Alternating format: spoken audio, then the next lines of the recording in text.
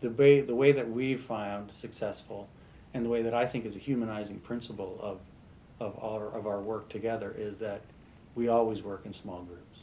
So whereas kids may peel off to do some research individually, the presentation or the work that they're trying to get ready for publication, for better words, or presentation, is a collaborative effort.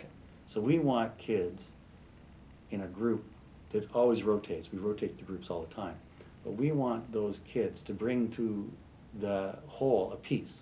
And that piece, maybe they paired up to present, and then there was two pairs, and one was going to work on research, and one was going to work on the, let's say, background graphics or something. So we get the idea that it's a team effort, and we do that every time, every single time. So we do almost exclusively small group work, usually three to five in a group, and by the end of the year, every one of those kids has worked very closely with everyone else in the class. So there's a real sense of knowing each other as well. Who wouldn't want to come to school every day and spend the day with their buddies? So really, it's their friends, and their friends have got a common task.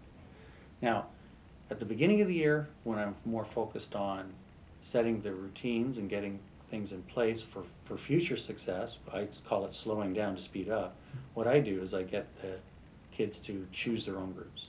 There's a comfort level, they may have worked with them before, and they get into the idea that I can get a lot done because I'm working with my friend that I've worked with before. But as soon as we get out of that initial stage, then we have actual group work lessons, how to work in a group. So formal group work lessons, what the roles of each person should be, how you function in a group, what kind of overriding goals the group should achieve, how to have a meeting. Like for a lot of kids, they don't know how to have a meeting.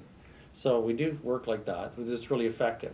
And then what happens is, I think, there's a natural feel of fairness that comes out of all of this. So the kids don't want to be the kid that isn't pulling their weight. And they get very good at being, I think, respectfully self-policing as well. And what you're really generating, which is a byproduct of all this, is a very empathetic group of kids. They know that if they're working with one of the special needs kids, they're going to have to be creative. If the rule is everybody does their part of the work, they've got to find ways for that child to add something to the process. And that is where true empathy comes in, because I'm recognizing someone has a need, I'm responding to that need, and I'm going to make my group work better because I'm helping everybody achieve. The sense that the kids own their own work is far greater. And when you own your own work and you're committed to it, you want it to shine, and you're willing to spend the extra time that you may not. And what I liked about this too is that kids will go home, and because they're so interested in the work that they did during the day, they want to carry it on at night. He spends a lot of time working with the kids and getting to know them. And so they love him, and they'll do anything for him. So that idea, that relationship has made a huge difference. They really feel like they belong. And then because they work in groups, and they work all, in different groups all the time, they get to know each and every one of the students in the classroom get to know each other. So there's not a little group that always stay together and ignore the rest of them. They get to know, the whole class really gets to know each other. And I find that building that kind of relationship with them, and acceptance of each other's strengths and weaknesses, has made a huge difference. Talk to Jude, she'll tell you that there's less discipline problems coming from Pete's classroom and out in the yard. And it's actually even extended over into the upper grades, because they've all gotten to know each other and they respect each other. There's less of... I'm not dealing with the conflict between the kids in the way I may have.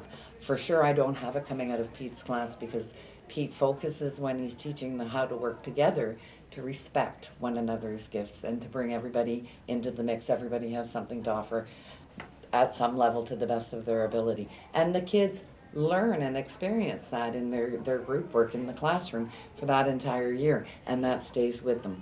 So the conflict from that class, the discipline, is non-existent. But the kids also take those skills, those leadership skills, that they've learned in those team building collaboration, they take them with them. So when the 5-6s or the 4-5s move up, we work on student leadership here in the school. And I know I work with the grade 7s for different projects.